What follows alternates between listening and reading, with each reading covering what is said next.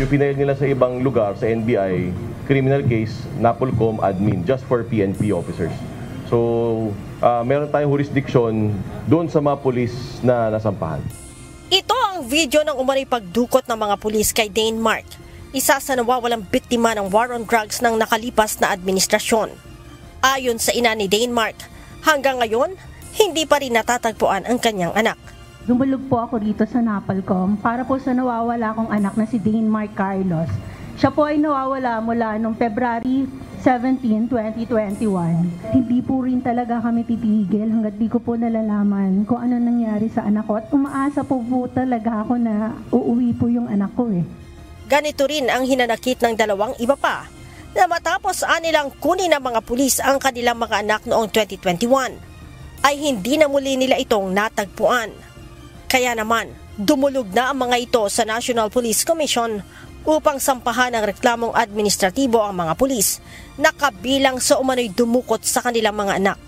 Wala pa ho kaming informasyon kahit na ano po. Since 2021, nung dinukot ng mga kapulisan ng anak ko, wala na. Hanggang ngayon, 4 na taon na, nag-iintay kami. Naghahanap kami ng justice para sa kanya. Sinabi ng mga complainant, nagsampa sila ng reklamo sa National Bureau of Investigation laban sa mga pulis noon, subalit hindi umusad ang kaso.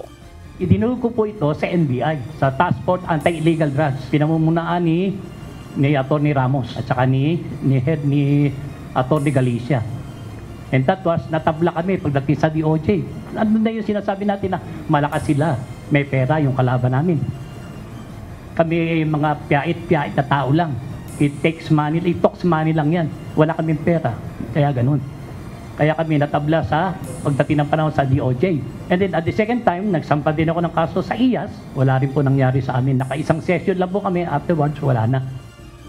Sa 11 pulis na sinampahan ng reklamong administratibo, 4 sa mga ito ang napag-alamang sangkot din sa kaso ng missing sabungero. Kaya si NAPOLCOM Vice Chairperson at Executive Officer Rafael Calinisan, sinabing magkahiwalay na kaso ang kakaharapin ng 4 na pulis kaugnay sa drug war at sa missing sabungero. May due process tayo dito sa National Police Commission. Yung kanilang kaso na nauna, we have to take it kung anong ebidensya ang nasa mesa tungkol dun sa kasong yon.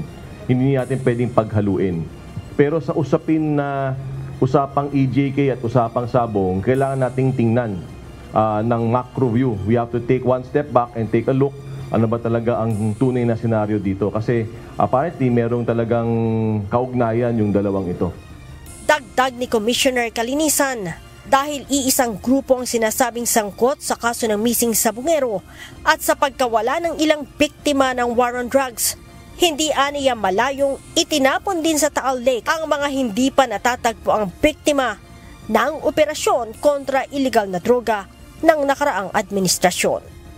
Leia Ilagan, UNTV, News and Rescue. Diyos ang aming sandigan, serbisyo publiko ang aming pinahahalagahan.